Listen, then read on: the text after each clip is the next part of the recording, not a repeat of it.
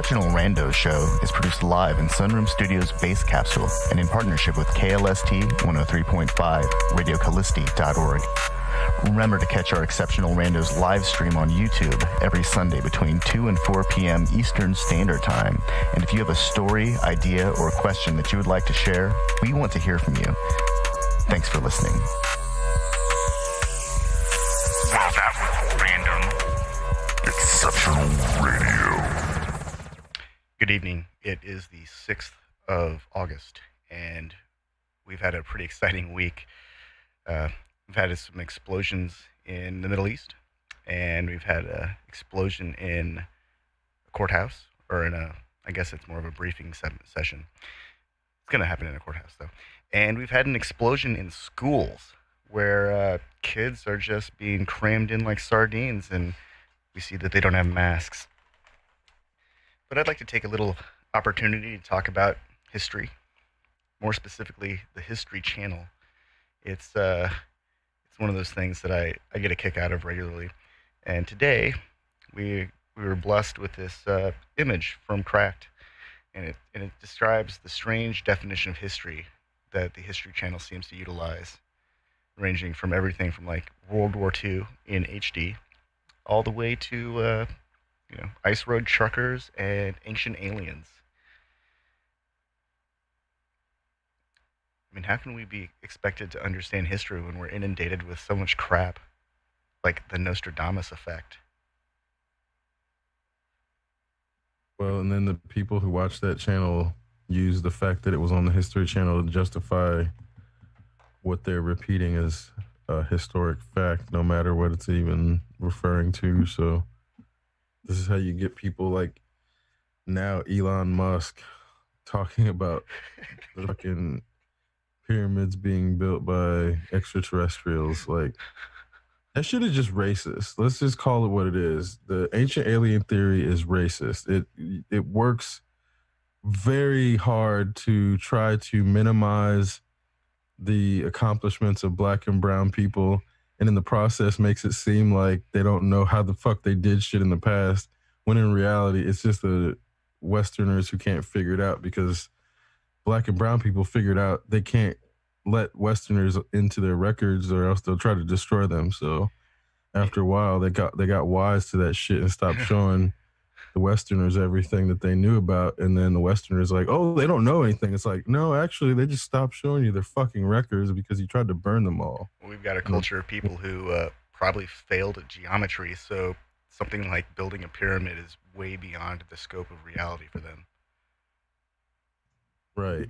On top of that, Western culture didn't respect oral traditions anyway. So it was like, there's tons of oral traditions that still, I think it's the Aborigines go back between, it's either 60 or 80,000 years. It's something crazy that the oral tradition is supposed to go back, but Western history or science doesn't want to recognize it because it's been oral tradition, even though their tradition makes it so that it's not a broken line. So it's estimated that their unbroken line of oral history goes back. I think it's between 25,000 and 80,000 years based on the estimate of the story. So it's like, it's way beyond what our recorded history goes to, but it's because Western science doesn't want to acknowledge it as being legitimate. They just act like it's not real, which is fucking crazy. We're also taught about the constant need to renew the lens through which we're viewing information, but from a very limited and biased perspective, because everybody's looking for new. And instead of developing the capacity to assimilate broad amounts of different types of information, from family history to personal history to scientific information to just being able to process that type of complex information and retain it all, and then make a complex analysis based off of that information inside a person's head, that has sort of fallen by the wayside in Western society. We have entire generations of people who live by the trope of, I don't have to ever use anything that I'm learning in this school at any point in my life. So they end up relying upon the stories peddled to them through the quote unquote History Channel in order to inform their decisions about history, but they don't really know how to make a concrete or rational analysis, and they don't have that analytical tool developed because they never really spent the time honing that skill, because it was reinforced that they could ignore the necessity to develop those types of tools and to exercise that part of their brains.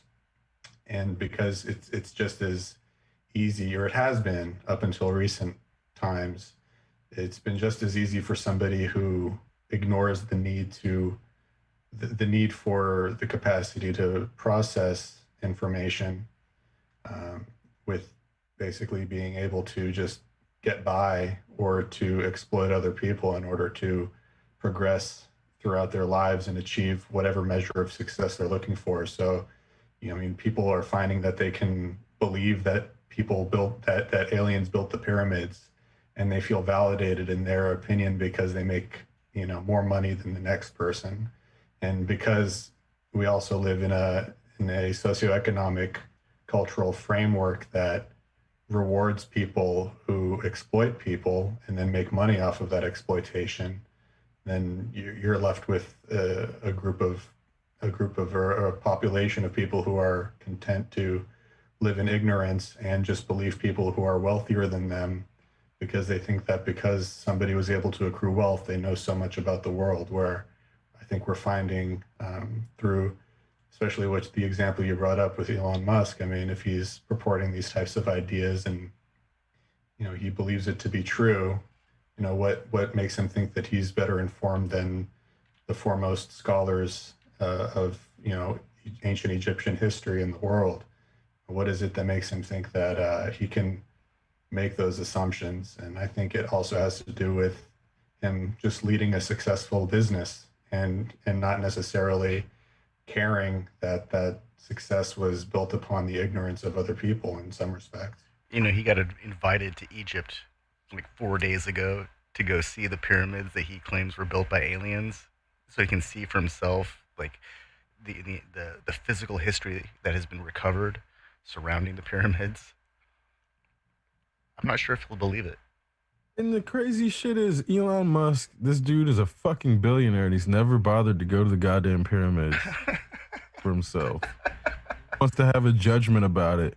And this is the shit that American culture is like really stuck in, making judgments about stuff that they have never even seen with their own eyes, and then say, oh, I saw this History Channel documentary, quote unquote, that explains to me why these people who don't understand hieroglyphs or any of the languages between the different dynasties in which these structures were built and now, they don't understand any of that. And then they're going to sit here and talk about what these images and shit mean based on third-hand translations. Okay, yeah, that's what is passing for fact in America at this time, because people like Joe Rogan end up in places where now he's equating the opinion of somebody like Neil deGrasse Tyson with Giorgio Tsoukalos as if their perspectives are somehow equivalent on any subject, in that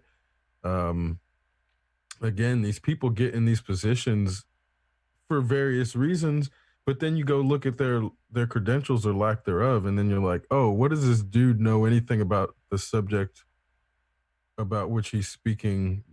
Like, he's done nothing but just ask questions. He hasn't actually done any academic research into these subjects. And then you go look at like Eric Von Daniken, the person who started all this shit, and he was like, okay, not to say that somebody who isn't in academia can't do research, but they have to learn how to actually do research first. And these people didn't learn how to do research before trying to set off and create these ridiculous bullshit ass theories based on misinterpretations of things that already have explanations. And this is where you have people doing those debunking ancient alien videos where they can go through in like 3 hours and explain 90% of the shit that the ancient aliens tries to say is unexplainable with definitive texts that are connected to the things that ancient aliens say have no explanations, and it's really absurd.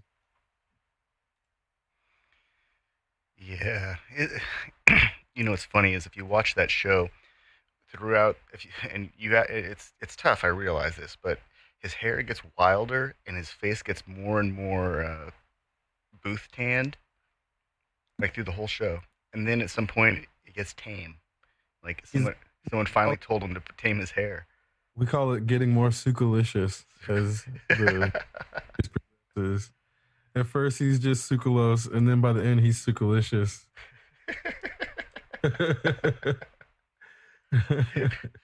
And it's like, by the end, he's got his whole patois down to he's got, it looks like a treasure troll outfit that he's rocking constantly, but he's trying to brand himself like, what's the name? Steve Irwin, but the alien hunter version that never actually finds any aliens. So it's this, semi Indiana Jones, semi Steve Irwin, semi UFO crazy person that has no actual credentials to do what he's doing, and then just feeding off of stupidity to keep it going for 15 fucking seasons, which is crazy that Cosmos has 2 seasons, Ancient Aliens has 15. That's because it's primarily all imagination. Right. And they have an entire creative department that sits and trolls the internet for very interesting images of people's renditions of aliens and what they believe on a conspiratorial basis that aliens and divine beings and transdimensional beings look like when they interact with humans. And then they just put it into a montage and then have Sukalicious talk about it in some fantastical way. Probably, he goes home and then they send him like a summary of the ideas they want him to just sort of expound on for the show. And then they do a few takes until they're finally happy with one. And then in editing, they're just like, okay, now we'll run a picture of this random ancient Mesopotamian still that has this winged creature on it, and Sukalicious will talk about how aliens had wings. So. Oh my God. And then it's funny where you can look at some of the images that clearly have explanations, and they'll try to say, or it's not even images, sometimes objects, that they'll be like, oh, this is a helicopter that was sculpted, and they saw futuristic objects, and it's like clearly a bird. What's even funnier is that a majority of those objects have writing on them that says exactly what they are. Right. Yet nobody's bothering to read it. Exactly. Like this is a picture of a story that we tell to our grandchildren in order to convey the importance of piety and order within civil life. And then it's like, this is an alien helicopter. Yeah. Or then they'll have like Gary the Cherokee or something that's really, it's like they'll get somebody to represent a specific part of the culture, but they're really on the edge of it. So it's like this dude named Gary who's supposed to represent, whether it's the Cherokee culture or the Aborigines. Yeah, I think he was the Aborigine now that I think about it. He was like, but his name was Gary, which is like, yeah, of course, I'm sure there's Aborigines that end up being named Gary, but I doubt Aborigines fucking 65,000 years ago were named Gary. So if you guys are trying to tell the story of Aboriginals, how about we find somebody who's not named Gary, who's, representing that culture? Or in the case of a lot of these, it's weird how they end up trying to pretend like they're giving respect to these cultures and then in the process subverting their accomplishments. Like they do that shit with Native American culture all the time, where they say, oh, you guys misinterpreted your Ant-Man or whatever, your Kachina dolls are really, they're really they're spacemen. You guys see that, right? You're misinterpreting your own culture. And you see these like in instances where ancient aliens tries to go in and reinterpret things for people or reinterpret stories for other cultures in a way where, yeah, you could pull out that there may be some sort of misinterpretation, but that just like you have to assume that those people have no capacity to describe what they're seeing, which very rarely happens. And that's one of those things that in our lifetimes there it's like almost when we see unidentified flying objects in uh anything past like the year, I want to say 1990, in reality there's actually most of the time an actual explanation, and people just don't know the technology that exists to explain what they're seeing, to then be like, oh yeah, this is something that we made here, but you just don't know about it because you haven't done enough research. And then you can't say that to people, because then those are the same people that's like, well, the government has a bunch of stuff that they haven't released. It's like, yeah, that's the stuff you think is fucking UFOs. Well, also, It's unidentified to you, and then they just let you think it's fucking aliens, so then you don't actually put two and two together. exactly. There's probably so much empirically gathered information that people simply don't want to believe is empirically gathered. And then you bring up the great point of why do these shows seem to innately avoid going to people who are, deeply entrenched in research on anthropology or the mytho-historical folklore of specific cultures, somebody who's got a PhD, somebody who's written multiple books.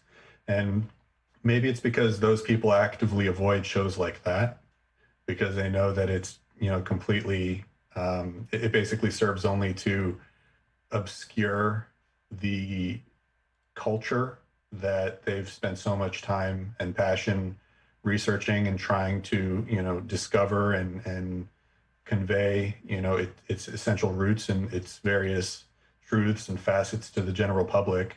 And these shows serve only to basically distance people's general perceptions from the more genuine, empirically gathered, fact-based, or, in the case of folklore, there is the stories and then there's the interpretations of the stories. And a lot of that, and the applications of the interpretations can be largely subjective. But for people who research folklore, you typically look for the historical roots, the basis of the story, the symbolism, what the morals mean, how that relates to the culture. And, if somebody just comes along who's not really well versed in conducting an anthropological study of literature that's ancient, and they simply say, oh, wow, this tells a story about some strange lights that appeared in a bog at midnight on this part of the year. It's like, well, oh yeah, sure, those are probably just aliens. Obviously it's aliens, as opposed to saying, okay, well, what culture generated this story? What time of year was it? And how is that significant to this culture? What do lights in a bog actually mean to a culture? Do they have, a particular mytho-historical spirit or moral of the story, or is it to serve to, as a warning to be careful when you're walking in a dark area at night? Maybe you should, not be drawn away by lights in the dark and keep to the path. There are so many things that are far more rational explanations than it's aliens, it's ghosts, it's mythical spirits, hiding, waiting to eat you in the dark, or to help you build the pyramids, or to help you, build massive buildings out of, this impossible material. So.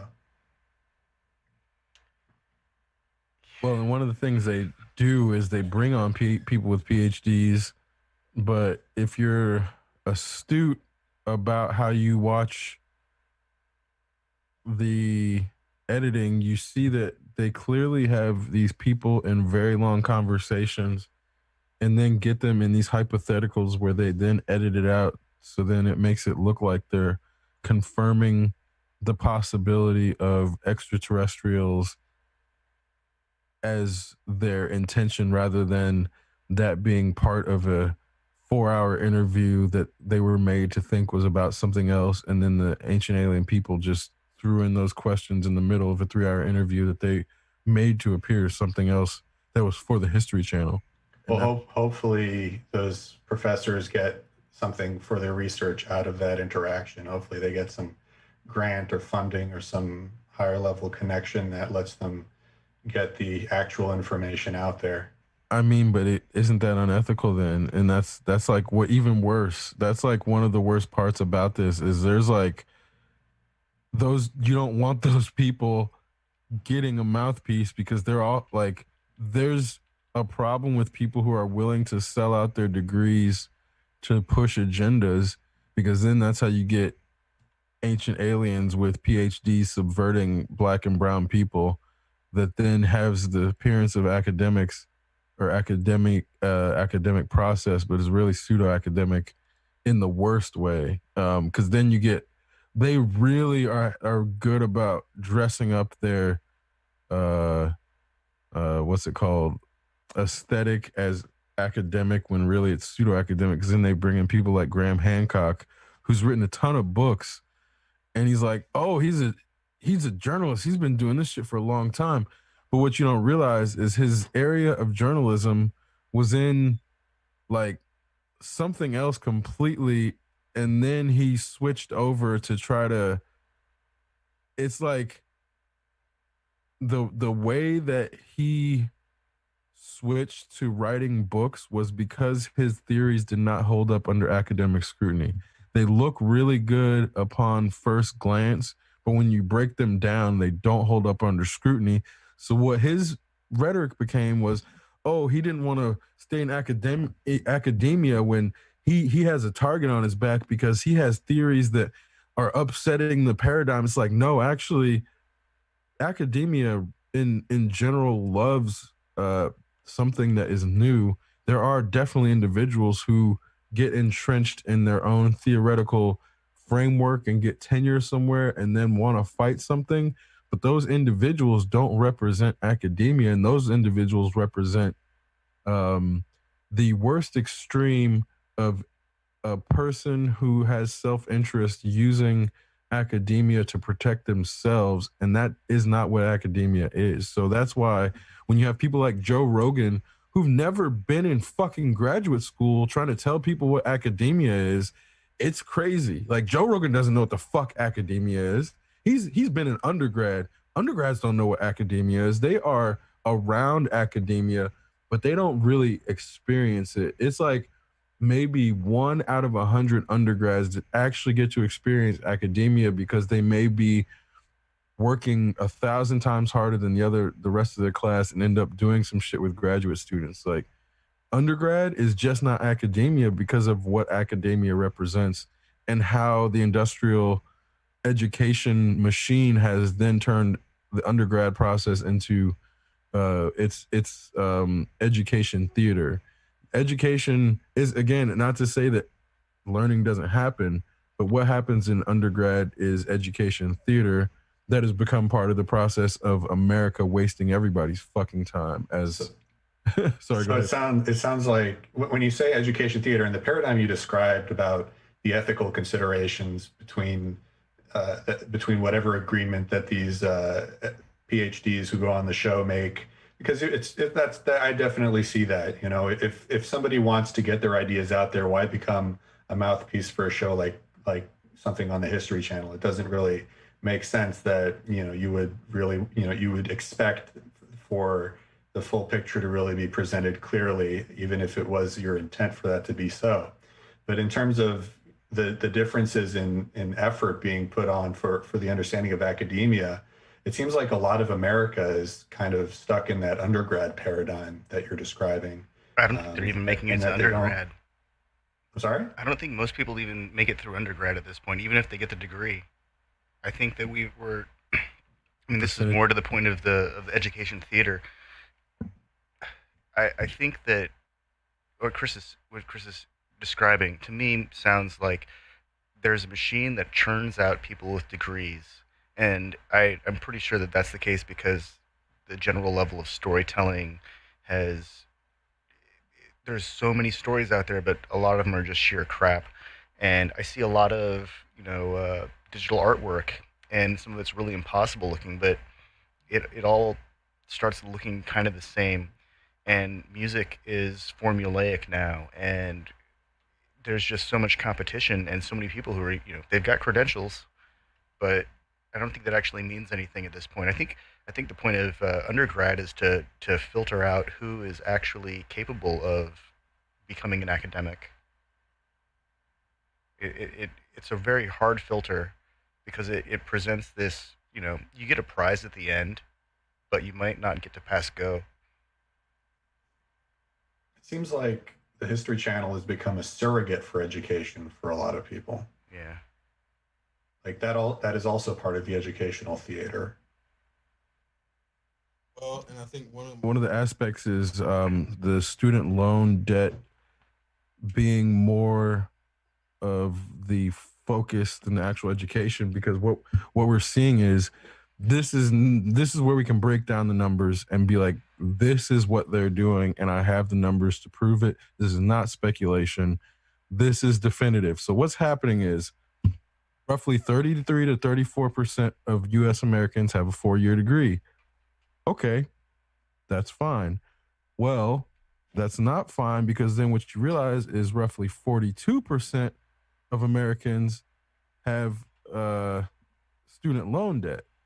So there's a huge gap between how many people have student loan debt and how many people have degrees. And then that gap is being predated upon or preyed upon in that there have been lawsuits brought forth for multiple universities that are for profit, which is absurd in the first place. A for profit university that we have those is absurd. Yet I digress. You have people who were part of multiple class action lawsuits against these for profit universities that basically promised better placement than they were actually given or than they were actually receiving, because the whole point of getting a college degree in America was the promise of a job for multiple generations.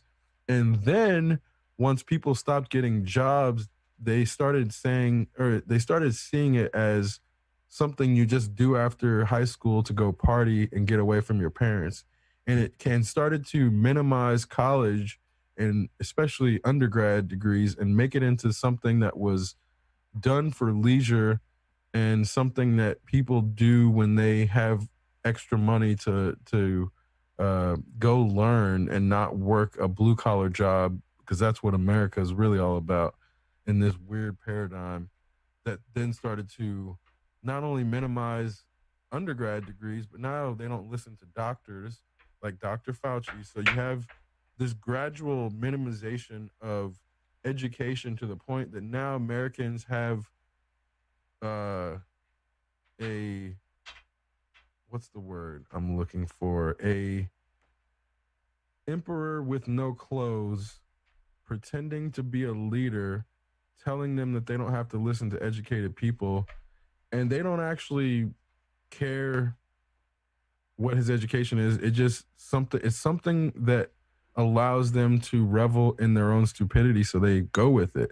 It doesn't matter who was going to say it. It could have been actually Neil deGrasse Tyson. It could have been the smartest person on the planet. But if anyone says that they can revel in their own stupidity, they're just going to use that as an excuse to do such. And now we have this point where it just happens to be racist people. I don't think those two things necessarily have anything to do with each other. But we have a bunch of stupid ass racist people in this country that then we have docile left wing people telling me that I need to just vote against them and not actually, I don't know what they're telling me not to do, because they're just saying do nothing but vote as a response to these dumbass racist people. And I'm just supposed to wait till fucking November to try to do something. I can't do that. I'm black. My life is in danger right now. These are some of the same people who were speculating on the cause of the explosion in Beirut. Exactly. Same people. Within the first hour of the news announcement, I remember seeing page after page after page of just people talking their asses off on the news threads, and of course even the reporting agencies were saying, this is breaking news. We'll give you more information. We'll give you updates as it happens. and they didn't have anything for us because nobody knew what was going on except there was this giant explosion. And then we've got assholes comparing it to Hiroshima and Nagasaki, and it's like, bro, that is not what a nuclear detonation does. That's like not even close to a light detonation.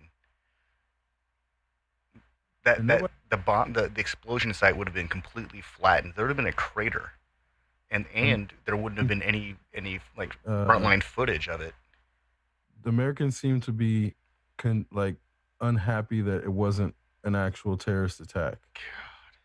Like that's the general sentiment I'm getting as to why the news cycle has moved on so quickly. And Beirut is basically like third page news now because there was no actual terrorist attack as far as anyone has seen yet. There was no actual attack, and it was 100%, almost 100% due to negligence. America no longer cares about the thing that they were trying to compare to fucking Hiroshima and Nagasaki a couple of days ago when they thought it was an attack. Which, by the way, the crazy shit when America is trying to make something look terrorist by comparing it to their own attacks, that is these self-aware shit.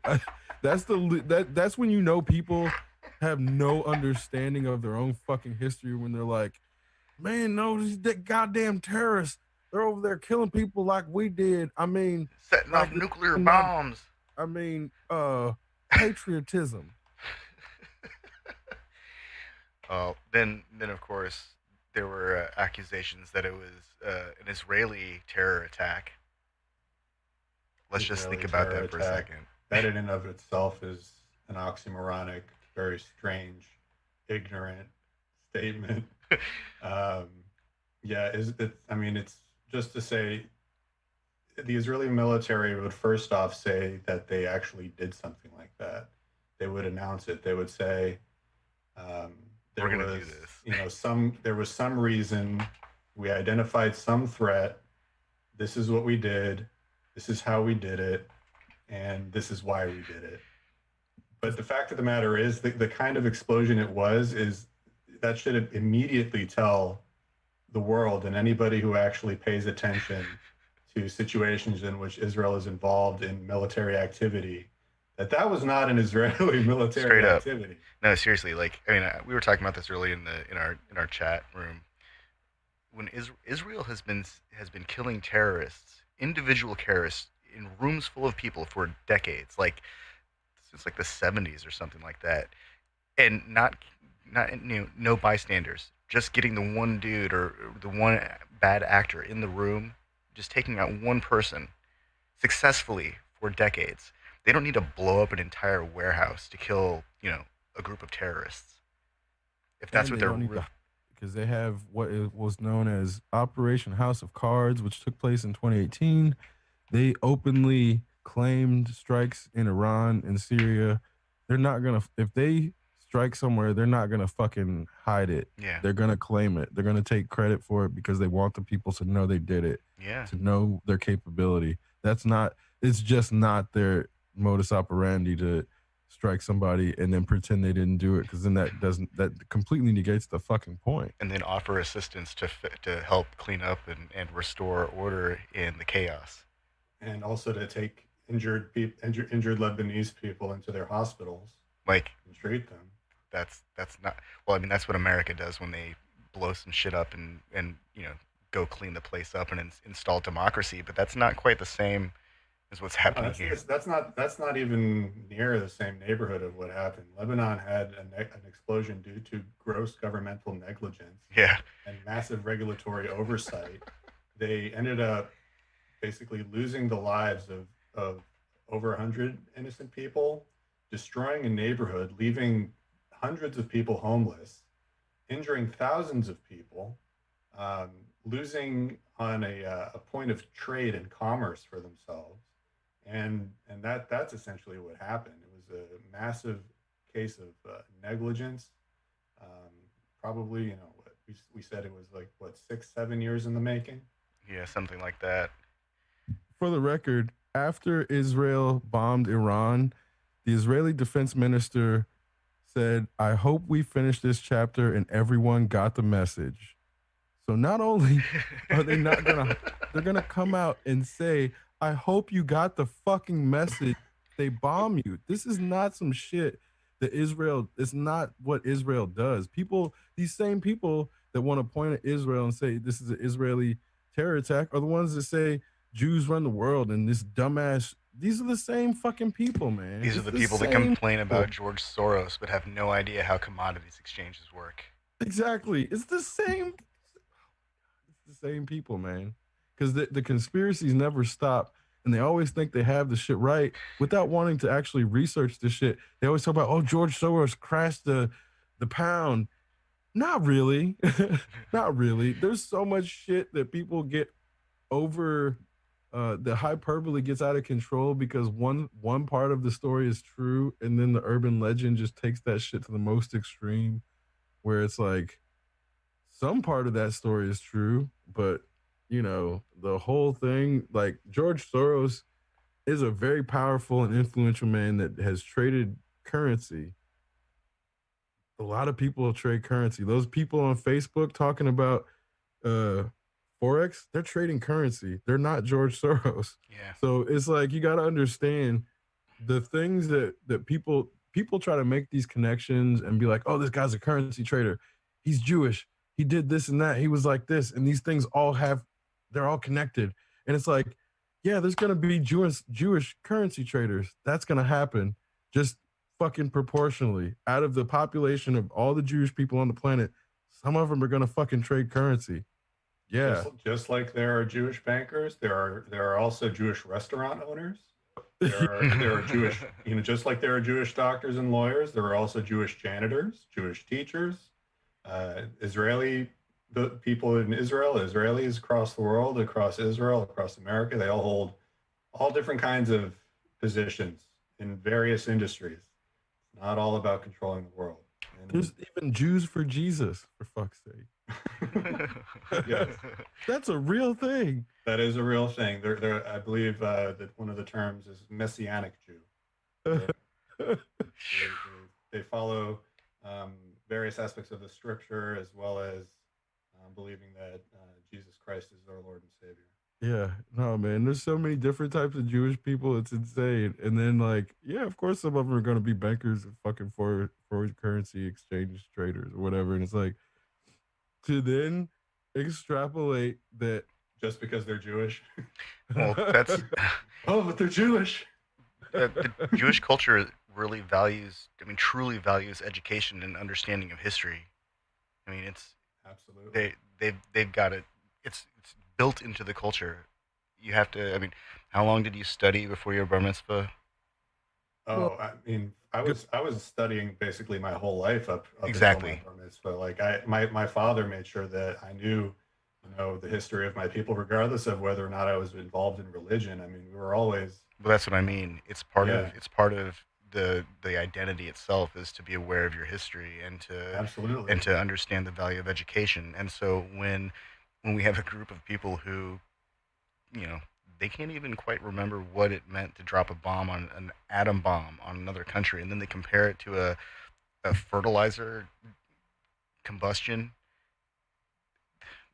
But here, I think we skipped right over bar mitzvahs. Like, a lot of people don't know what those are. Oh, And the issue about bar mitzvahs is like they are a tradition that keeps communal wealth passed down through generations. So it's something where it's like there are traditions in these, like, I don't know how far they go back, but it brings communities to a point where they say, oh, this person has proven themselves.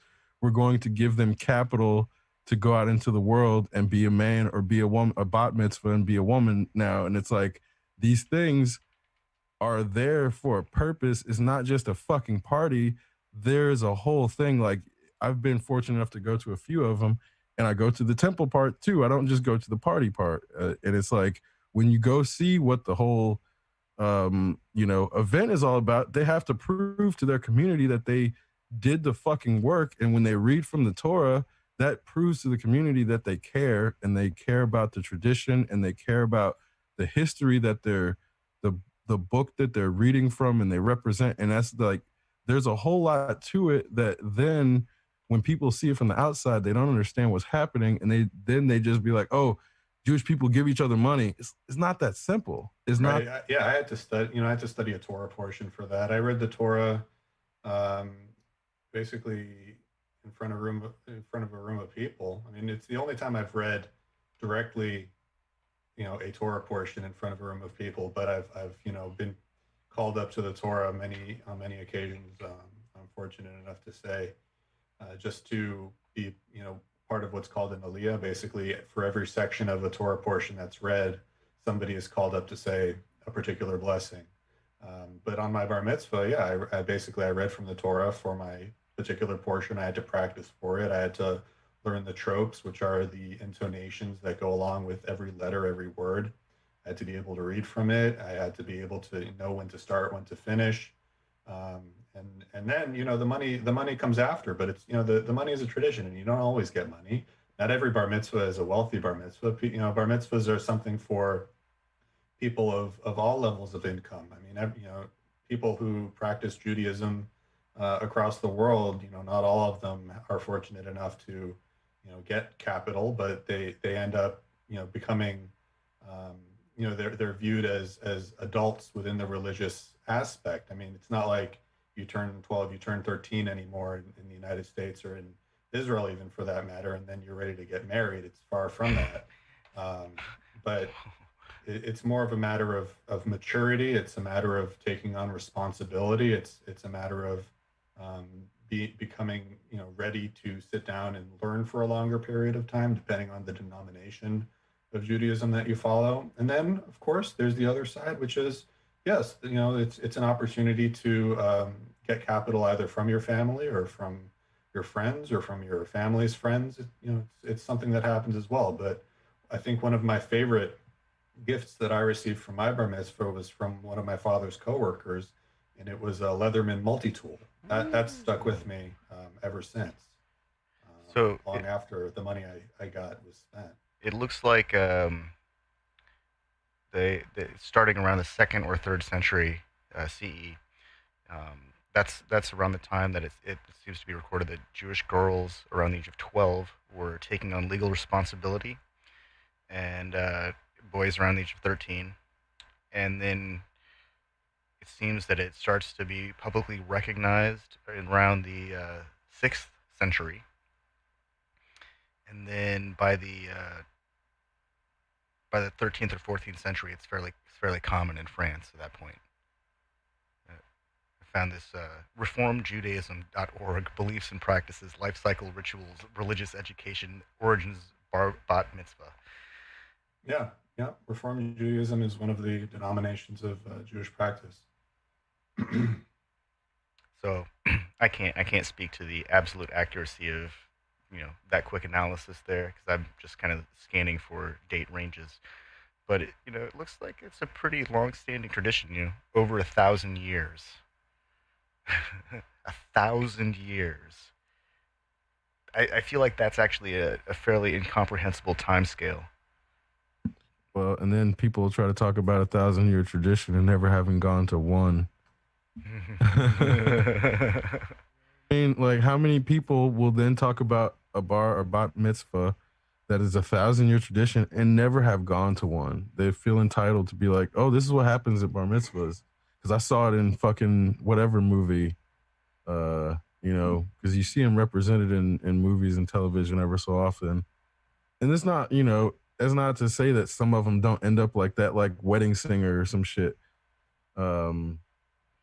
Like, yeah, some of them end up looking like that. Not like, don't get me wrong. Yeah, there is going to be an intersection where some of the media portrayals are going to be spot on accurate. But as Daniel was saying, there's obviously no reason to paint all bar or bat mitzvahs with one brush for various reasons. And then, some kids may be like, oh, I'm going to take all this shit and donate it, because that happens too. And there's like all these different ways that it ends up that is not just passing money. And again, that is like one of the least important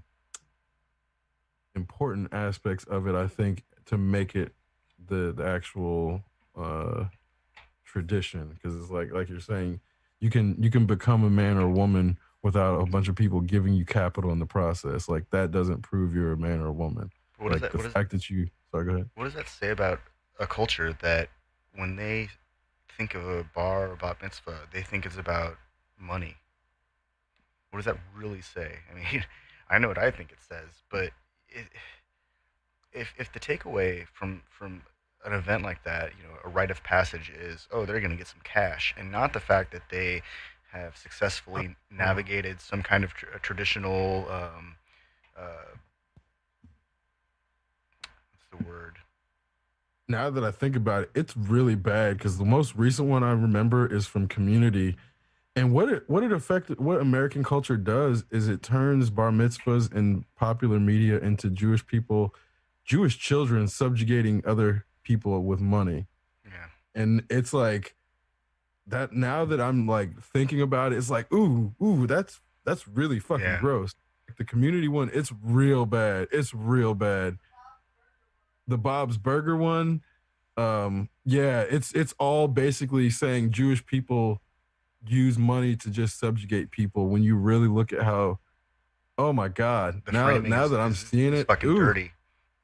It's oh my really god, dirty. it real gross. That's real gross. Well, it also shows because there are elements of people in the in various communities and various denominations of Judaism who look to certain feelings of status or certain feelings of you know recognition. They if they're fortunate enough to be able to throw a particularly large party, and they do it because there's an honor aspect to it. If somebody doesn't have a lot of money, there's still just as much honor involved. It's just, maybe they don't throw as big of a party, but they're able to have a spread of food for their friends. I mean, basically, a bar mitzvah is an opportunity for members of the community or, people who are friends or allies to just come together and celebrate this traditional coming together, this rite of passage, and more or less really just eat together. And regardless of how fancy the spread is, and generally the food is pretty good from my perspective. But I digress. Um, there, I think what's happened is there's been a negative internalization or an internalization of perhaps various anti-Semitic tropes into the public consciousness that manifests in these particular uh, examples of Jewish culture in the media, because why is it decided in the writers' room or in the producers' discussions with the writers that this portrayal of a bar bat mitzvah is going to be the one that gets the most ratings or gets the most positive feedback from the general audience? Um, so there's also that to be considered. Oh, most definitely. And I think that's, obviously these things aren't happening in vacuums. They're having um fucking uh writers testing, doing focus group testing and seeing what the audience responds to. So if you have the audience repeatedly responding to these uh Jewish stereotypes that are the most uh money oriented, making Jewish people look like that's the crux of their culture, then that's how the writer's going to be able to break from it. If every time they do a focus group test, it's basically from a group that's had that trope tell them how Jews exist, like as people, for that's the thing they've seen their entire life. The focus group is never going to not respond to that. Well, that also demonstrates what's being reinforced on a broad basis. That seems to be the most digestible portrayal for a very large audience of people. And Right. I think it's worth examining the reason why or the root cause for why that is the most digestible portrayal. it's just like saying the things about George Soros basically controlling a currency market. It's like, oh, well, obviously this is a bar mitzvah, and somebody's going to get a lot of money. The bar mitzvah is going to be portrayed as an event where a Jewish person gets a lot of money, and they use it only for their own personal gain, and they're supposed to feel good about it, and everybody else is supposed to feel bad about it. I mean, if that's really the message people are getting about bar mitzvahs, they know absolutely nothing about Judaism at all. And if that's the only exposure they're getting to Judaism, then of course these stereotypes and these tropes are going to continue to be perpetuated to the detriment of the Jewish population, especially the people who are Jewish in the United States or in the diaspora, who aren't as in touch with their own identities and their own histories, or they've been, they've not really learned much about their own Jewish history throughout their lives. So what they see reflected to them through the media is something that they're not looking for the opportunity to challenge, because they think that's it, and that's also unfortunate. And I've met plenty of people who are in that state of mind, and I've also met plenty of people who are on a completely different spectrum altogether. So it's really a very diverse population, but there are so very few of us in the world, Jews that is, and it would just help if there weren't so many stereotypes out there that were perpetuated by media. Yeah, because I was thinking today about the impact of stereotypes in general. In that,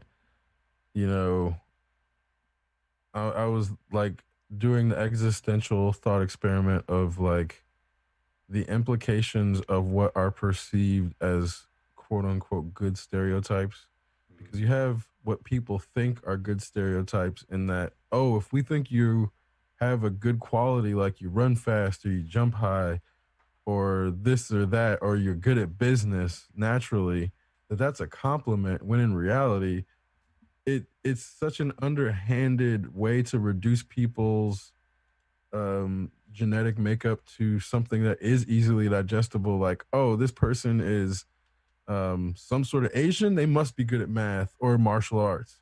And it's like these little, like, America wants everything to be easily accessible, to the point that that's where these stereotypes, I think, take root, in that they want the world around them to be easily explainable and easily understood.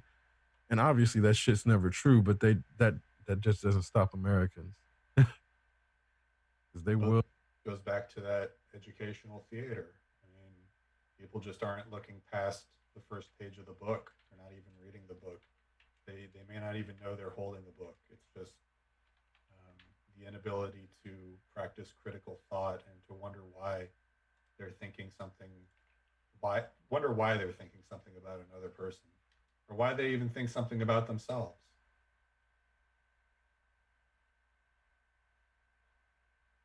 Well, and that's a self-examination that I think Americans are actively kept from making, because that is that whole line of questioning is too close to some sort of Buddhist eightfold path to try to become a better person or something. So that's some shit that Americans are actively kept from thinking. When so much of Christianity parallels the teachings of the Buddha, and to think that a group of people who would identify as Christians would reject the Eightfold Path is just kind of sad. Not kind of. By kind of, I mean really fucking unfortunate. Well, and then those same pseudo-Christians will then not realize that, yeah, Jesus's actual teachings proper are so in line with that it's really insane that more people who pretend to be Christian don't then examine more books. But what you then realize is that the capacity for American, let's call it American Christianity, because it's obviously pseudo Christianity, but it's very specific to America in that. Evangelism. Well, yeah, the American evangelist, but it's like uh, they need Americans not to read anything but the Bible, and they only need to read the Bible passages that the preacher tells them to, because what ends up happening is you realize that these preachers teach the same thing throughout the year, and they go back to the same stories, and very rarely do they actually use teach Jesus's words to teach from. So it's like the way these books are being used in the churches themselves is a manipulative appearance of association with Jesus, when in fact, I want to say like 80% of the shit that they are teaching every Sunday is like some story that has nothing to do with actually Jesus's teachings. Well, it seems like some of the messages that are being sent in certain contexts or denominations are almost ethically subversive, like referring to statements like the meek shall inherit the earth, and therefore you should tithe everything to this organization. And even if you lose your job, and even if you, have no home, you should continue tithing to this organization. You shouldn't try and, tend to yourself, or, try and feed your homeless neighbor or something like that. Fucking during the first stimulus, I guess it was stimulus 3 technically, the one that made it to the people. I remember seeing requests from religious organizations asking for people to donate their stimulus checks because they didn't have any money. They were running out of money. I mean, where does it go? What are they spending that money on? I mean, I know Joel Olstering, whatever that beady-eyed fuckwad, that guy, Joel. We all know who he is. Joel something or other. Joel Dickbag. He's got a fucking $40 million compound. He flies around in a private jet. We know what he spends his money on, but a small church or a small organization that's, putting up ads on Facebook and then making their way into a local news cycle, like what are they spending their money on? The infamous building fund, and I'll tell you, they brainwash people. I remember every Sunday the preacher would say the same verse, Malachi chapter 3 verses 8 through 18. Anybody can go read it, but it's all about basically telling the people that they're robbing God by not paying tithes and offerings. And it's like, but that doesn't make any sense. Doesn't make any sense. You can't rob God. Nobody's powerful enough to fucking do that Ocean's 11 fucking Jesus Christ heist. As if God actually needs money. Right, yeah. God has a big ass safe that he's taking the Vatican gold in every week and fucking God is not Scrooge McDuck.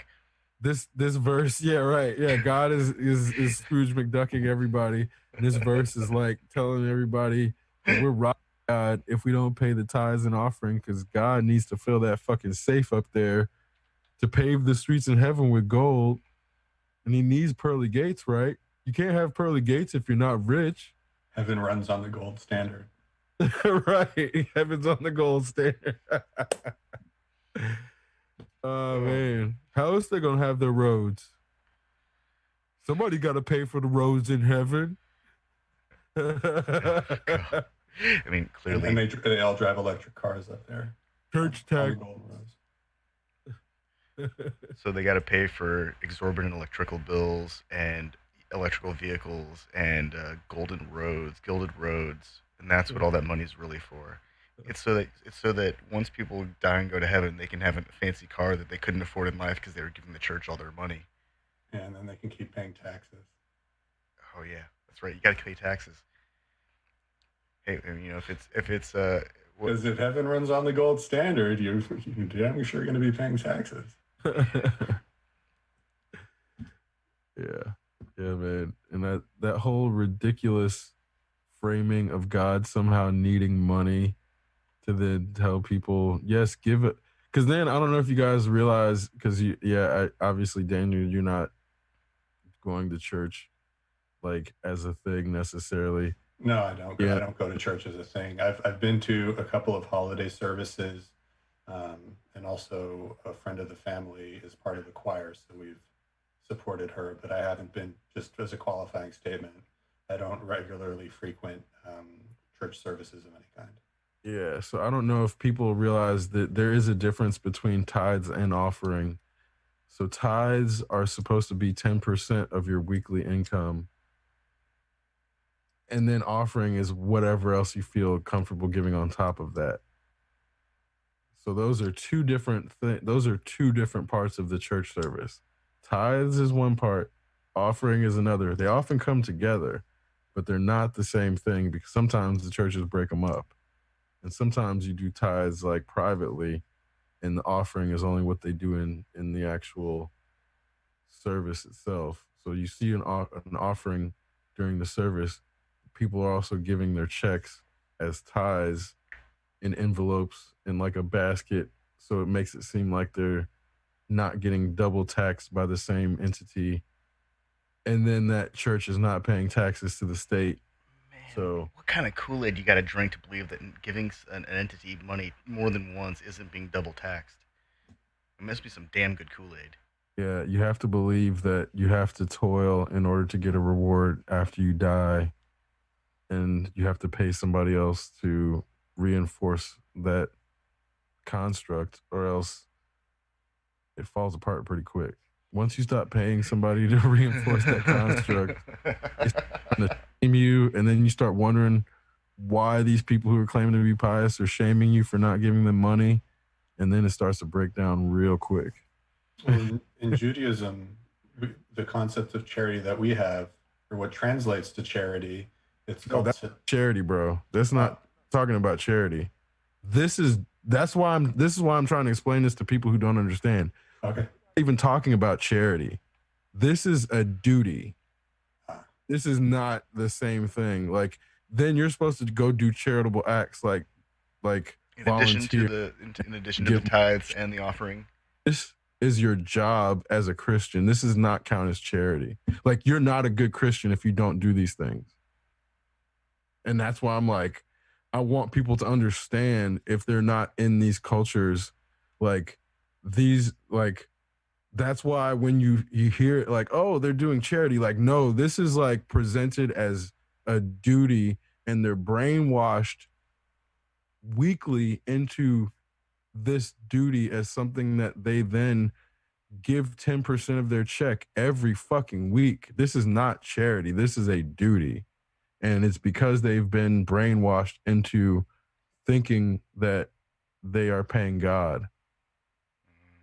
Like, look, seriously, I'm not exaggerating. So in addition to the tithes and the offering and the charity and the volunteering and depending on what kind of Christian, maybe some missionary work, like at some point, aren't they actually officially recognized as working for the church?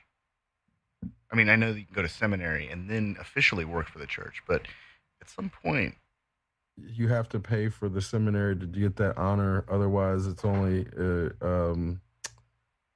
social clout, and those people fight for that social clout. And again, yeah, like what you're saying, yeah, they are. This is a new serfdom that people have been brainwashed into, especially Black people, like going from the rafters into the Southern Baptist Church that feeds into the NRA and this other bullshit that we're then finding out has definitely been organized to just funnel money from poor people into rich people's pockets. NRA didn't give a fuck about poor people arming themselves. They were trying to fucking get on corporate. They were trying to have their own jets and mansions and fucking yachts, and just tricking these stupid poor people into giving them money. Think, oh yeah, I'm fighting for your Second Amendment right.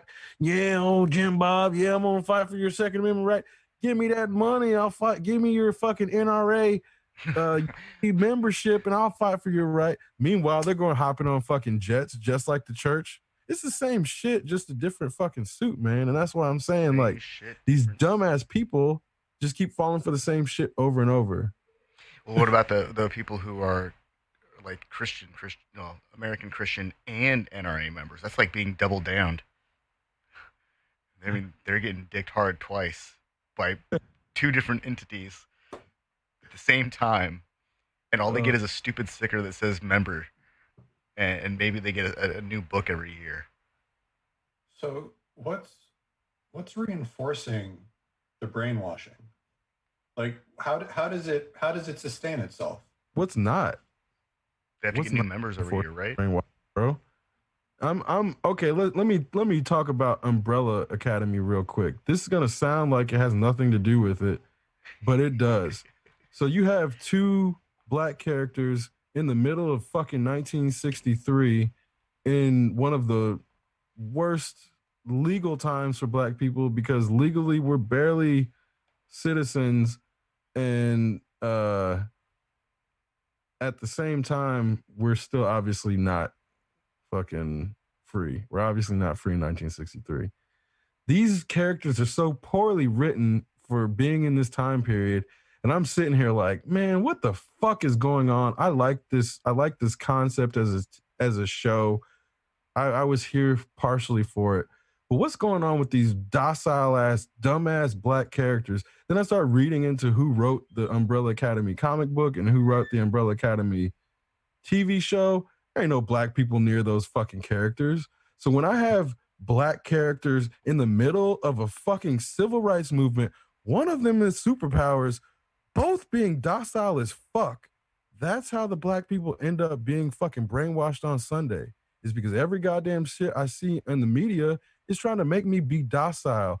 Oh, you don't want to fight back to massa? That makes you one of the bad people. That makes you one of the bad Negroes. You want to be one of the good Negroes, not burn. You don't want to burn nothing down. You don't want to break no glass. You don't want to fight back. If they punch you, you just turn that other cheek. You just take that shit and you be a good Negro. Like Dr. MLK. Dr. MLK didn't even fucking believe that shit when he died by the end. He didn't have that same fucking view. And these same fucking people that killed him will try to point at him and make me act like him and then go on Sunday, give me all your money, even though this is a black person at the pulpit, because this black person is really driving a Cadillac while the rest of y'all ain't driving shit either. He's part of the program. So as long as you keep going with the program, you'll have yourself thinking you're getting into heaven because you're fucking paying for this dude's Cadillac. And it's all meant, like the whole thing, the whole program is reinforcing the black person as being bad. The black identity is being bad. The whole word black is being bad. So then we go to church, pray to a fucking white Jesus to come save me. Yeah, then I'll go take Joe Biden because he's a white man. He'll save me. I'm just a black man. I can't save myself. I need to wait till November. Just wait till November. Be a docile black man. That's what this media keeps fucking telling me. And that's why I have this fucking show with you guys to then tell other people when fucking November comes, if I happen to be around, I'm not fucking voting for Joe Biden because this shit is meant to try to keep me docile. I'm not fucking voting for Trump either. I'm not fucking voting for Kanye because I know some people hear that shit and they're like, well, what are you going to do? I'm going to fucking fight. I might burn this whole fucking thing down. I might burn this whole fucking thing down before I vote for fucking Joe Biden. People need to understand that. And I don't mean with a match. I mean with my fucking spirit of my goddamn ancestors. People don't understand that shit. The American country, this whole government is built on the ground and the blood of my ancestors. Y'all think I'm gonna fucking wait for Joe Biden? No, I will call on my ancestors and burn the whole fucking thing down and watch all these people who believed in ghost hunters and believed in ghosts and all this bullshit. Watch my ancestors burn that shit down and laugh at that shit. Because guess what? You need to burn some shit to build sometimes. You know, a few weeks ago, we were talking about Mitt Romney essentially being Mormon white Obama. And he did pretty well in the polls. He seemed pretty likable. You know, right about now, I think he'd actually be doing a great job. You know, if we had a Mormon white Obama instead of fucking Cheeto Mussolini. I don't on paper next to each other. Put Romney's policies on paper next to Joe Biden's policies, and you tell me which one of them is left wing and which one of them is right wing. Put Obama's policies next to Mitt Romney's, and tell me if you can actually tell the difference. You can't. No, you really can't. They're so similar. I mean, that's why. I mean, obviously, I'm taking a liberty calling him Mormon White Obama, but he kind of is. I mean, they're kind of the same politician with different backgrounds, but their policies. I mean, Daniel lives in Massachusetts, where they got Romney Care in advance of ACA. ACA is modeled after Romney Care. Obamacare and Romney Care are so similar that it's almost like, wait, really, a Republican governor signed off on this? Yes, it's mind blowing. Like people were in opposition, people who would have supported ACA under Romney freaked out when Obama did it. Let's just get Romney in there. People will be totally accepting of Romney Care because it'll basically, they can call it ACA 2, Romney Care Edition. And it'll have mad widespread support. Everyone will love it. Everyone will get their health care. We can move on past this specter of Orange Fulius trying to upend all of government because he's mad about one president. Well, and it sucks because I really hate talking about politics, and I just don't want to appear that I'm like trying to endorse anybody or anything like that. But this shit Joe Biden keeps saying, he keeps making these slights to the black community. I'm just like, who the fuck does he think he's talking to, man? Like, he's just talking to the black community like we're not even fucking here to other communities. And that's where I'm like, nah, fuck all that. This has come to a point where I'm not gonna have anybody who's not black, and I'm not. It doesn't even matter if they're black. Nobody's going to make me feel bad for being pissed off at this dumbass shit that Joe Biden keeps saying because it's fucking dismissive. It turns me into a second class citizen and it just expects me to go vote for him because I'm black. And that's some racist ass shit too. From the fucking dude who's openly working with segregationists in the past. I'm not about to sit here and have him be my fucking savior and then have some fucking people who pretend to be liberal try to make me feel bad for not supporting him as if I somehow support Orange Fulius in the process. Like, I don't have to support this fucking ass clown fascist just because I don't want to support old man fucking Jim Crow. And you got to figure out which one is which because it's hard to tell at this point because one of them helped implement the student loan debacle that we're all fucking indentured servants to. So is he really left wing? The one that got us all fucking shackled to these goddamn student loans that I was pointing out the numbers on that they were actively trying to get people on? We have the fucking numbers now. We have the fucking numbers. Yesterday, people who are shackled down with student loans that they can't default. Meanwhile, Congress is giving these fucking banks bailouts. Where's my fucking bailout for my student loan that I still am fucking in debt for? Oh, Joe Biden has made sure I can't default that shit. He also yesterday said that unlike the black community or the African American community is not as diverse as the Latino community. Like there was no reason for him to even make that kind of comparison. He just says, Latino community is incredibly diverse community with incredibly different attitudes about different things. You go to Florida and you find a very different attitude about immigration in certain places than you do when you're in Arizona. So it's a very different, very diverse community. That's what pissed me off because in the context, he's obviously talking about diverse points of view. It doesn't make it any better. And whether he's talking about genetics or point of view, like he didn't even have to fucking say anything about the black community, but he fucking did. And in the process, makes us seem like we're all fucking the same people and we all have that meeting that everybody like jokes about. It's a joke. We don't actually have that fucking meeting, y'all. There's no actual black people meeting. There's Black Twitter, but there's no actual black folk meeting that we go to and then decide on shit for the rest of the fucking year every quarter. That shit just don't exist. It's something we joke about because white people like Joe Biden think that we have a fucking homogenous point of view. So then we like, oh yeah, we all get together and have a meeting and make jokes about it because this dumbass thinks that shit is real. And that's why I fucking am pissed is because this dude is still perpetuating that type of fucking stereotype in 2020. And then I got fucking people on the quote unquote left trying to tell me I need to fucking vote for this dude because blue no matter who. Fuck all that. Fuck all that. Well, it's also people who identify as blue who tend to wonder why the country finds itself in the position it's in right now and don't really understand that the reason why the executive is currently taking all of these steps is because everything that um, previous executives, blue and red, have done have led up to this point. And just because somebody who identifies as blue who sits in the Oval Office isn't actively and openly saying all of these things doesn't mean that they're actually not in line with those particular ideas themselves. It's just the people who are on the blue side, or the people who identify as Democrat and think voting is the only answer, aren't really willing to accept that they've been supporting people who have just been as systematically oppressive as anybody else. Yeah, they've been impotent uh, in the fight against social injustice, and then call themselves social justice warriors. They're social justice half-assers from my perspective, because like we're still fighting the same fucking battles that they said that they won in 1963.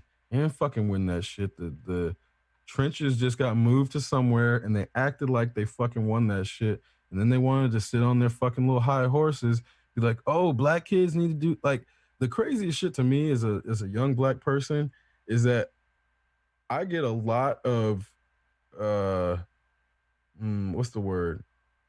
False guidance from older black people that didn't succeed. Like older black people need to step the fuck back, because y'all didn't fucking succeed. Stop trying to tell the young black people how to fucking do shit. Like straight up. It's getting to the point where I'm like, I'm checking older people too. It's not like I'm not saying this on the podcast, being like, oh, I'm gonna say it on the podcast. And like, no, I will check older, I'll check my parents, I'll check my fucking anybody I don't care who it is, I don't care how fucking old they are at this point, because these older people didn't solve the fucking problem. And then they come in trying to give us fucking advice when they don't know what the fuck they're talking about. So I'm not gonna sit here and allow these older people, like, yeah, you guys you fought hard. Good job. But you didn't fucking win. So don't tell me what to do. Don't tell me how to do this. Oh shit my anymore. goodness! So Not advice. when I look at I just put the text of his I just put his quote up on the in front of the spinning globe, and I look at it and I try to read it in my head. I can't tell if it's Biden or Cheeto. At this point, I had somebody was trying to tell me that they're different, and I made them explain to me how they're different. And by the time they were done trying to explain to me how they were different, and they were like, yeah, I guess they're not any different. If anybody tries to tell you they're different, just fucking make them explain how. And in their explanation, just ask them questions about the things they're presenting. So if they say something like, oh, well, I don't think Joe Biden would have the fucking militia or the military in the streets against the people. Well, did Obama stop imperialism abroad? Did Joe Biden get Obama to stop imperialism abroad? Did I miss something? Did the American troops come home for fucking 8 years while Obama and Biden were in office? I don't remember that. No, I'm pretty sure that Cheeto is actually bringing them home, but not from the Middle East, right? He's bringing them home from Germany. Because, was the magical period where black people stopped getting murdered by cops? Did I miss something? Did cops stop killing people while Obama was president, y'all? Did I miss that? Did I go fall asleep in Rip Van Winkle for 8 years and miss a bunch of years where there were no cop killings? Because right now, if Hillary Clinton was president and she hadn't stopped the cop killings, this shit would still be on fire. If Joe Biden had run for president and hadn't stopped the cop killings, this shit would be on fire. So it don't really, like, we're talking about hundreds of years of culmination of rage, and just rage at that. This is righteous anger that everybody is seeing fucking burn these institutions down. This is the patriarchy literally burning in front of our fucking eyes. And we have people trying to get us to put out the fire, basically, when that's what I'm saying. Like, I'm not really invested in any political party. I don't care about politics, because politics don't solve shit as far as I'm concerned. I care about ending patriarchy. I care about ending imperialism, military industrial, prison industrial, educational, industrial. I'm trying to end all of that shit. I don't care what fucking political party says they're gonna do it. I'm trying to end it. It doesn't matter to me because they all fucking lie. Everybody fucking lies if they're trying to get power. So I'm not gonna get in this position where I'm gonna be convinced that blue no matter who or red or whatever, because they all fucking lie. So as far as I'm concerned, I'm fighting against imperialism. I'm fighting to stop military industrial. I'm fighting to stop educational industrial myself. I'm not trying to give my power away to fucking old man Jim Crow or old man fucking Mussolini. So at this point in our history as a species, I'm gonna stop saying like don't vote. I'm not telling anybody what to do. Like you do what the fuck you want. But as far as I'm concerned, we have this period where we're either fighting fascism or we're condoning it and reinforcing fascism. I'm fighting fascism. I'm fighting imperialism. I'm fighting all of the fucking bullshit institutions that have been built to keep black people, brown people, women, trans people, gay people, all of us, it's keeping us all second class citizens. I'm fighting all that shit. Don't tell me what to fucking do in November. If you want to fight with me, fight with me. Don't tell me I'm not fighting right. And that's the problem with a lot of people is they want you to fight, but only to fight the way that they want you to. And it's like, nah, man, I need allies in my shit in my fight. I'm gonna fight with other people I deem myself to be allies with. And that's where I'm like, this point, there is no uh political solution. It's like we solve this shit as human beings or we don't solve it at all because the political parties have made themselves too much of organisms that have vested interest in surviving, and that involves sabotage of progress to make themselves perpetuate from the left and from the right. That's why fucking racism exists when we have the fucking social justice left. If the social justice left exists, how come they haven't solved this shit yet? And you can't blame it all on right wing people because, again, that's where it's like either they're letting the right wing win or they're not powerful enough to beat them. In the Chinese system, they see even our most liberal people, our most liberal politicians, as conservative on the spectrum of Chinese governance. Let that sink in a little bit, listeners. Even our most liberal dude, fucking Bernie, is still conservative in China.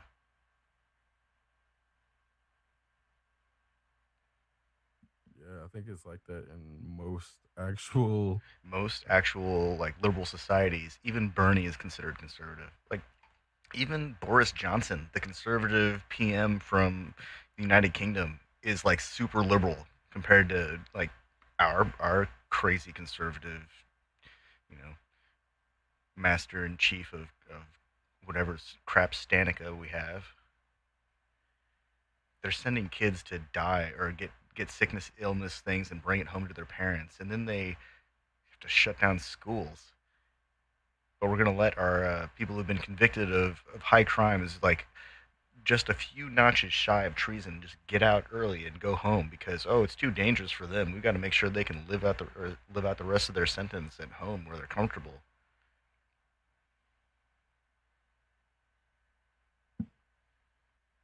Well, and then, okay, there's another aspect of it where we're getting to this point of, I think the right wing has created a false idol in, okay, let me phrase this so I don't miscommunicate.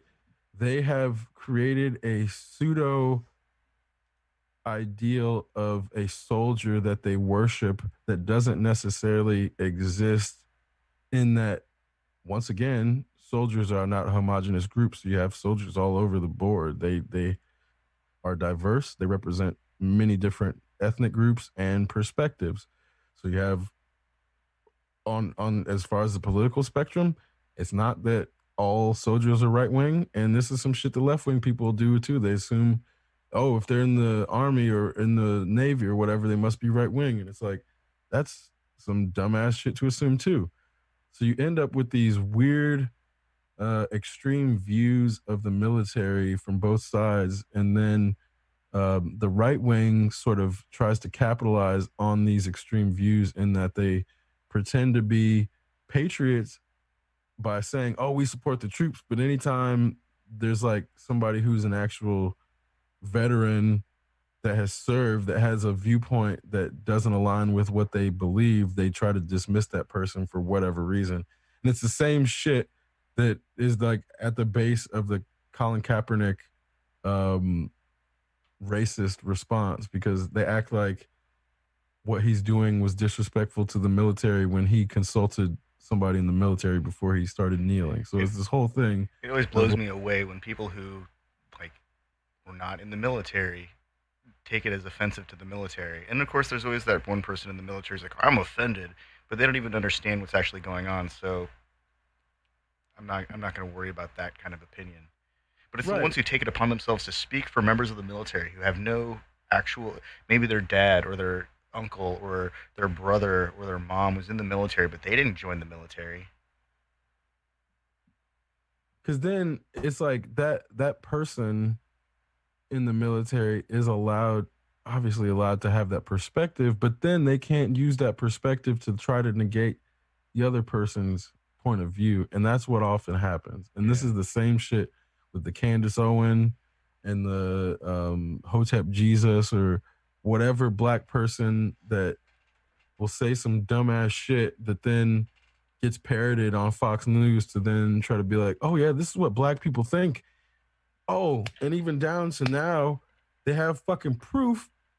Finally, a white person has validated that there are people pretending to be black people on the internet.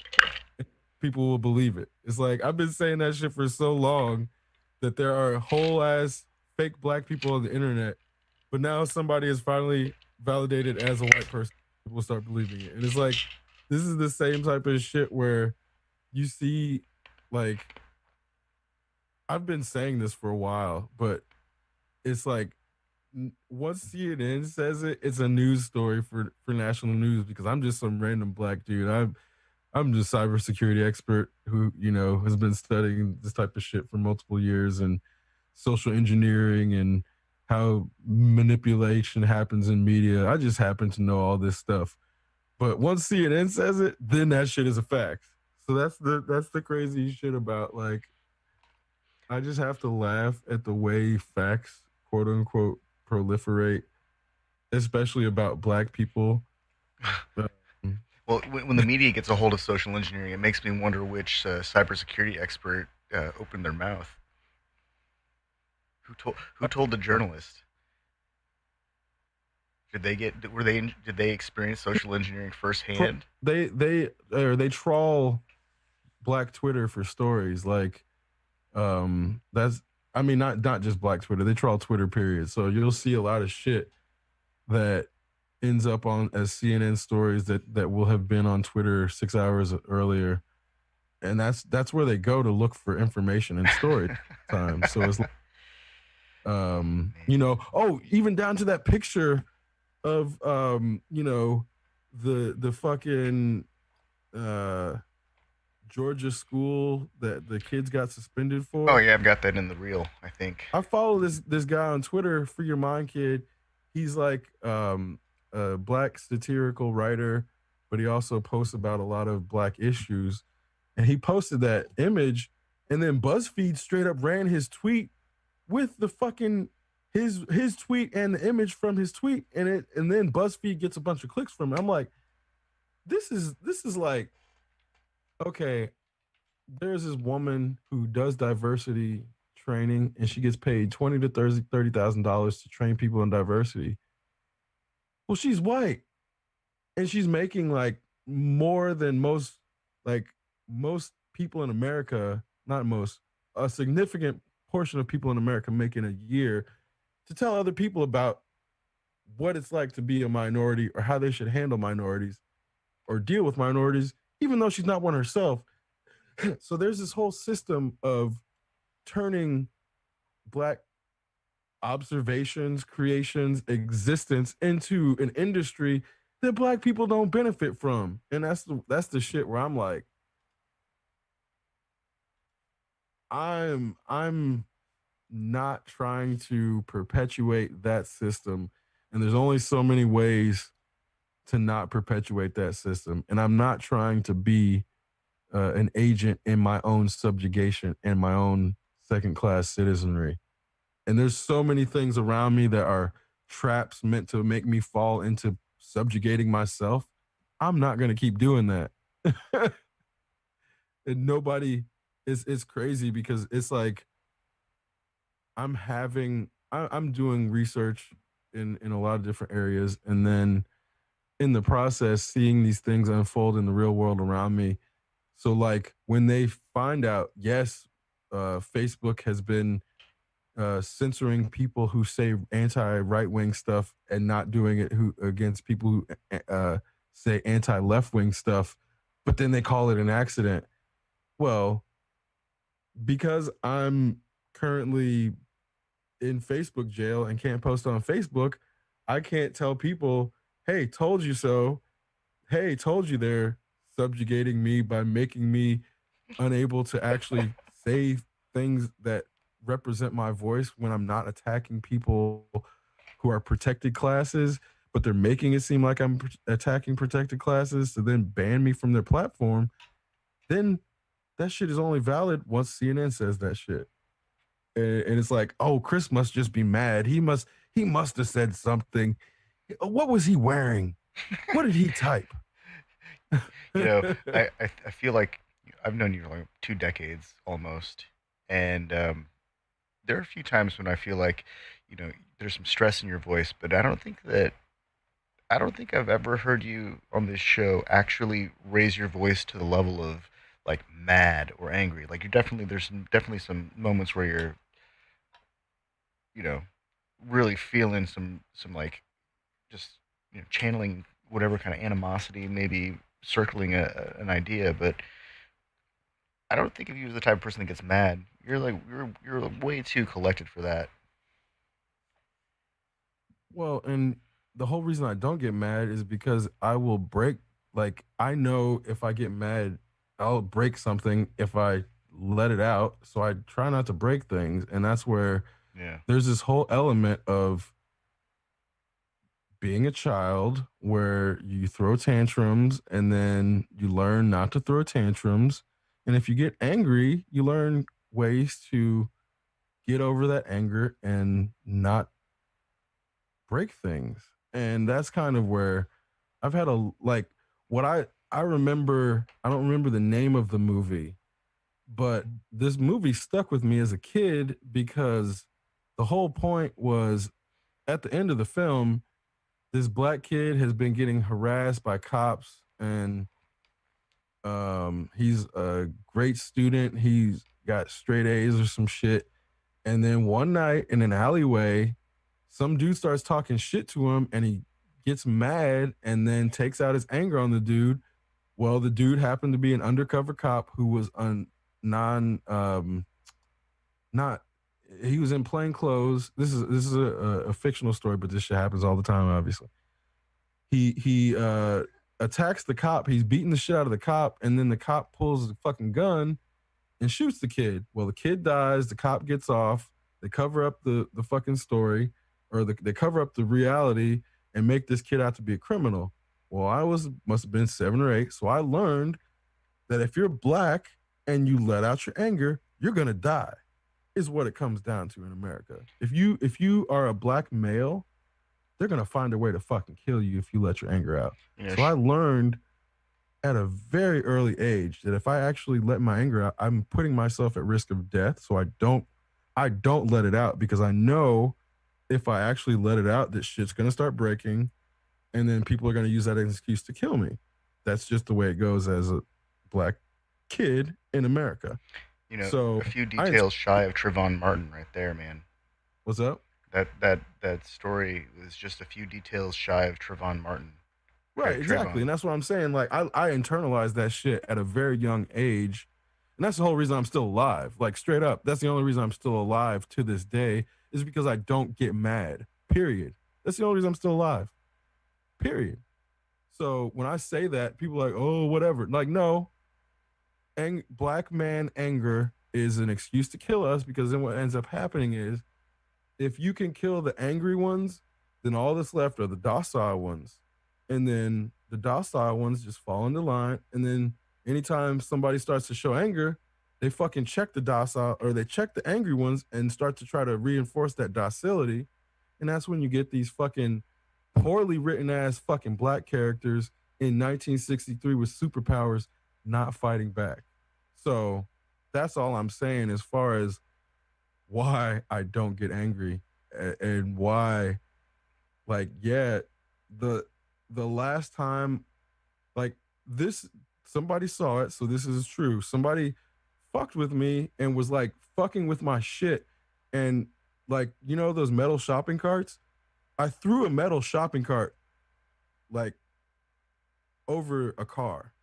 So, like, that's the type of shit I do when I get mad. And if I do that towards a person, a cop's just gonna fucking kill me. So I know that like, I can't break a building because a cop will use that shit to kill me. I can't break a car because a cop will use that shit to kill me. I can't break a window because a cop will use that excuse to kill me. So I don't even kill bugs in my own home unless they're fucking mosquitoes. I'm like, if we talk about Zen Master, that's me, because that's the only way you can survive in this country as a black man. Like, that's why a lot of black people end up in anime and end up identifying with Japanese culture and Far East Asian culture, because we have to learn Zen. Otherwise, we die. And that's just like the reality of this country. And that's why I'm like, yeah, I don't fucking care about Joe Biden. I'm not limiting my perspective on history by this one old white man's fucking tenure, if he fucking lives through office, if he gets voted in. I'm not limiting my perspective of history, because I'm the culmination of all my ancestors, and I'm not going to limit my impact to what Joe Biden can do for me. And that's, again, that the whole reason I say these things this way is because we've gone through a lot of subjects on this show, specifically. And the whole reason I talked about that Umbrella Academy is because I actually enjoyed the show. Right up until that moment. I mean, I still enjoy the show, but I can enjoy, that's the thing people need to understand. I can enjoy something and still hate what it represents, and separate those two things logically, and have emotional disdain but logical appreciation for something. That's the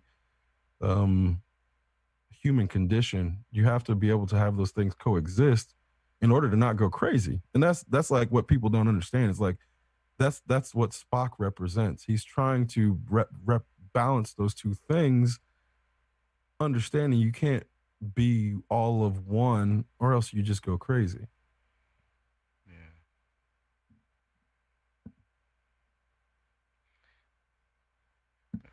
I think that Spock is a great example, the child of two worlds, who's always torn between his duty to his Vulcanness and also to his humanity. There were times I remember watching, Next Generation, where I feel like they split his role, and they gave half of that. They gave the tension and the internal the turmoil. They gave that to Worf, and they gave all of the logic and reason to Data. And Data just wants to be human, and Worf just wants to be treated like a Klingon. And neither of them can fully achieve those things. I think Spock is actually a really incredible archetype.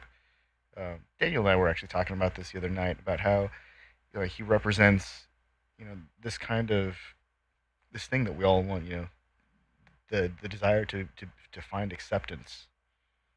In fact, that's something that all of Star Trek does really well. Is that it gives us a reflection of people who want to find acceptance and be accepted, and to discover more about themselves and other people. Well, I really like the Discovery version. Oh yeah, troubled Spock. It really goes into that message Um, and again, not to go tangential, but this is relative in that we've discussed before the possibility of the Matrix series being an allegory for transitioning, and other people seeing that philosophical stuff as added on when the obvious was like, oh yeah, both of the Wachowskis transitioned after this. Like, I wonder, we talked about this. So then, like, I'm starting to think that the Matrix trilogies are not complete until the Wachowskis transition, and then we get the context of the story in that these stories were people who were so hidden and closeted within a society that they had to couch their allegory in another allegory that only 20 years later was that allegory revealed to be what was at the center of the story. And in that, they just wanted acceptance, so they went through this multi-million dollar or hundreds of millions of dollars of big budget storytelling to try to belong in a period that did not want to accept them. And the only reason now that we accept the Wachowskis as trans people is because they did so much. Like, I think I think it's fitting now that one of the greatest pieces of media of all time is a trans story and a trans allegory, but at the same time came at a time when that society didn't accept those people. And by the time society came to accept those people, that film had been entrenched in our culture so long that there's no way that we're going to turn around and then start hating the Matrix because then we find out it's a trans allegory, mainly because we've come far enough as a society that, of course, we're not going to hate the movie, like at least the civilized people within our group. Like, I'm sure there's going to be a bunch of people who love the Matrix, and now that they find out it's a trans allegory, are going to hate it. Like, yeah, those people are going to exist, but as a society, we've come so far that the people who were once cis males writing this story about being stuck in a body that they did not belong in, now in the bodies that they feel like they belong in, recognized for their greatness, regardless of being trans or not. And that's like that capsule of history is like, I think Spock would be proud of humans' progression. Like, it doesn't have to be all of human. It just has to be enough that are willing to progress and evolve, like, together, because there was a whole village and a whole tribe of people who became those that accepted, like, all those that pseudo American Christianity tried to shun by then using bullshit allusions to shit that wasn't there to try to say Jesus would accept this shunning when that's not something Jesus would accept. He hung out with the fucking lepers. He hung out with the prostitutes. So he's not gonna fucking shun the people that these people today are now trying to tell us aren't our brothers and sisters. And that's where I'm saying, like, full circle, it's like, I think people a lot of times will hear what I'm saying and think I'm being negative, when in reality, there's a whole lot of shit that's so positive that it's like the only way you can actually get to the positive stuff is if you talk about the negative stuff first, to acknowledge that when we talk about the positive stuff, this is not in a bubble of naive positivity. It's like, no, we got to go through 3,000 years of bullshit to discuss the good stuff, so we make sure we're not just up in the clouds. So Like, this is kind of, I got a two-part here. In regards to Spock, in his book I Am Spock by Leonard Nimoy, he says, "I am only human, and I have no doubt Spock will outlive me by many years. I can only hope that once in a while, when people look at Spock's visage, they might sometimes think of me." And what you were saying about how we got to look at the crap to be able to really get to the positive stuff. There's actually a time honored tradition every year, Time Life releases the year in review, and it's a giant photo book. And I want to say like 95 to 97% of it is black and white, and then that last bit, the 5 to 3% that's in color. The big difference is the black and white imagery is just like some of the worst aspects of humanity. Suffering, economic instability, lack of resources, lack of clean water. You think of something that's horrible in the media, it probably ends up in that book. But those few pages that are bright and in color, they're vivid. It's some of the best like street photography that exists, some of the best photojournalism that exists. It shows that humanity is succeeding, and it celebrates that by creating this incredible visual contrast between what we see in black and white. It's cut and dry. It's suffering. It's no clean water. It's children who are malnourished. Um, Although obviously it's almost always in Africa, so that's kind of fucked up now that I think about that. But the images in color are vivid, and they show people like celebrating life and celebrating their cultures. So that's actually that's real, and that's been going on for decades. Well, there's the Vulcan philosophy that's mentioned in Discovery of seeing things for what they are and not necessarily for what we want them to be. Yeah. And we try to consistently pursue the objective lens in order to inform our decisions, and again look at the negative in order to understand the positive, then that brings us towards an intellectual and societal evolution. But that takes time.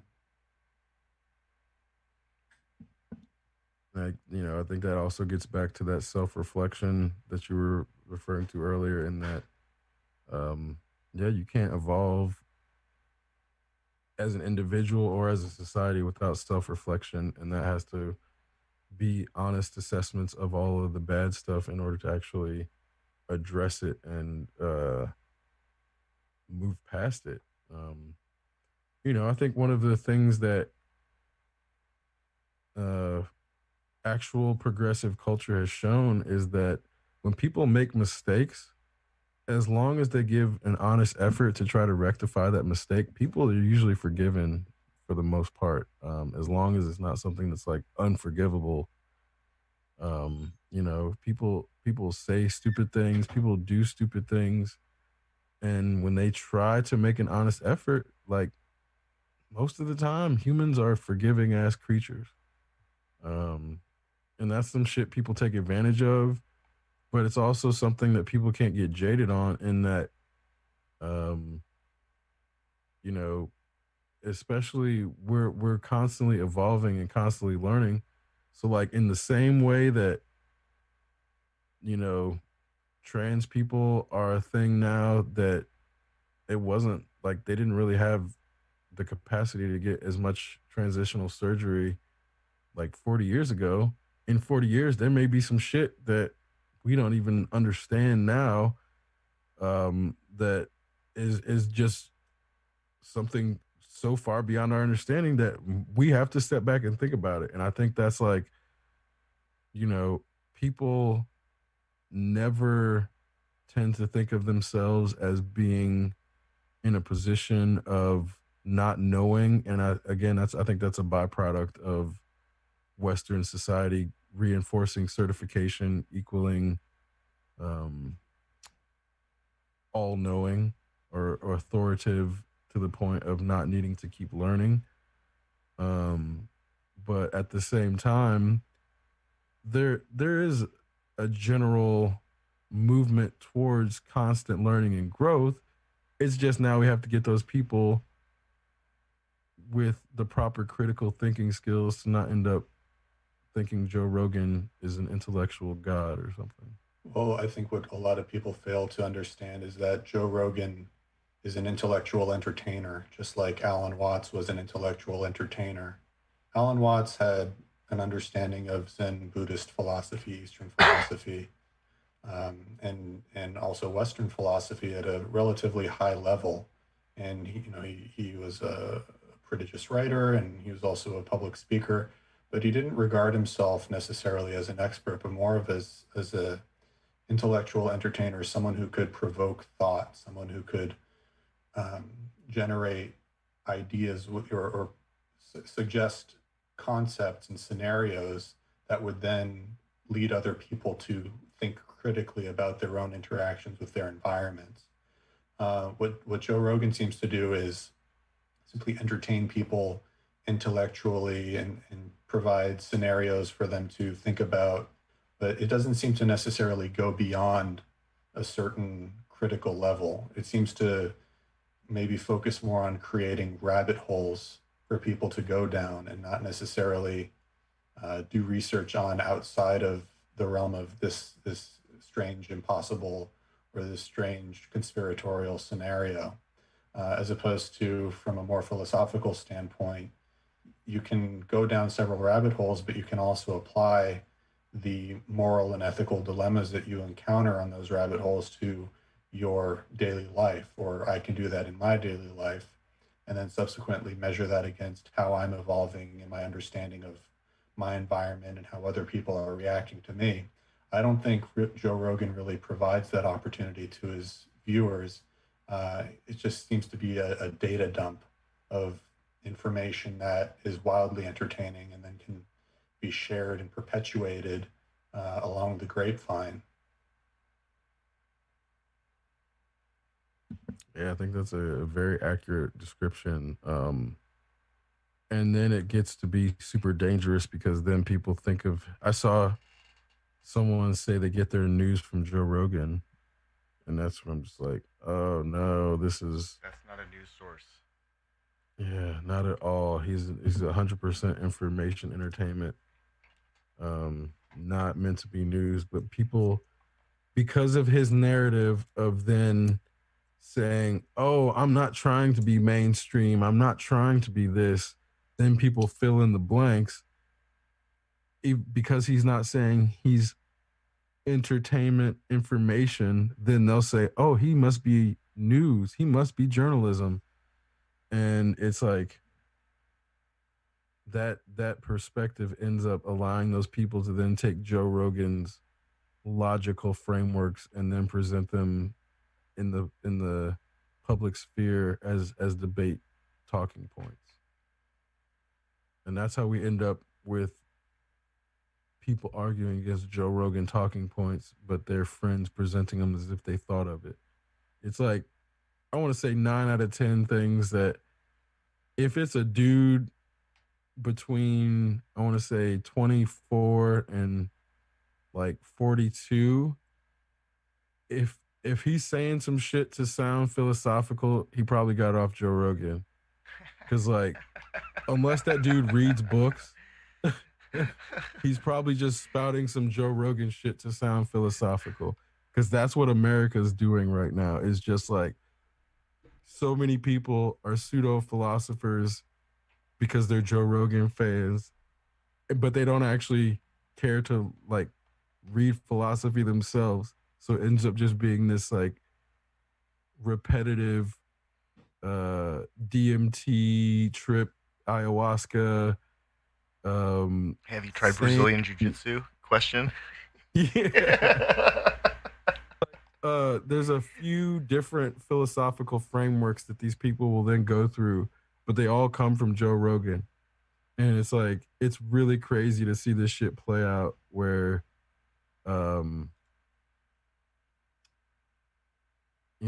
they're not thinking for themselves, but using other people's ideas to feel intelligent.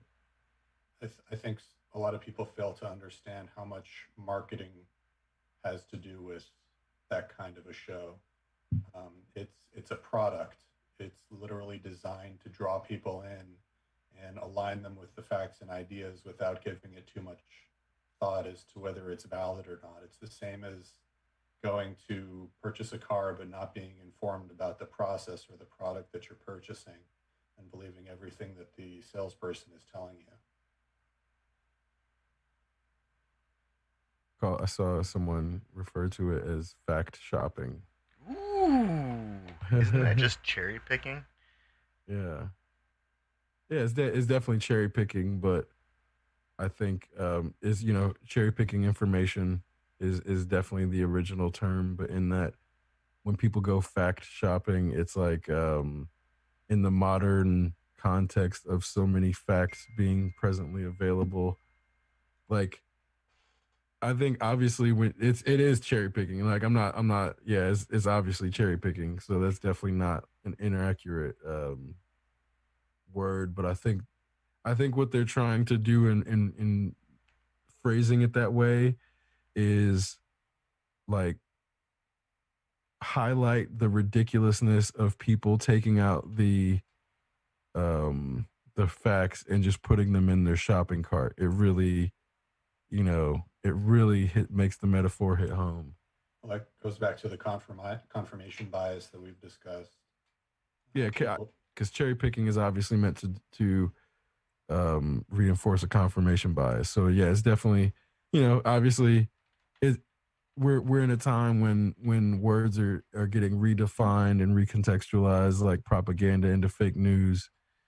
So when people have not been subject to manual labor for a class for a long time, then they don't understand what cherry picking necessarily means. Like, oh, I went to the grocery store and picked up some cherries. Like, no, that's not what that means. So yeah, I don't know. I assume most people know what cherry picking means, but who knows, man? Americans don't know that much anymore.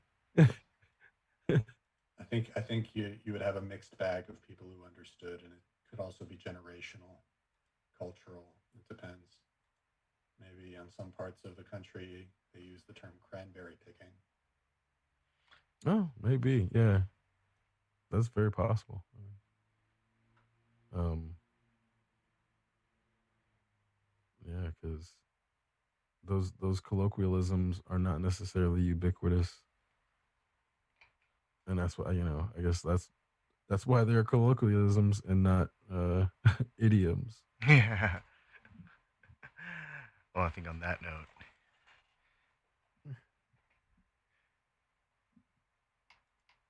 Exceptional Radio.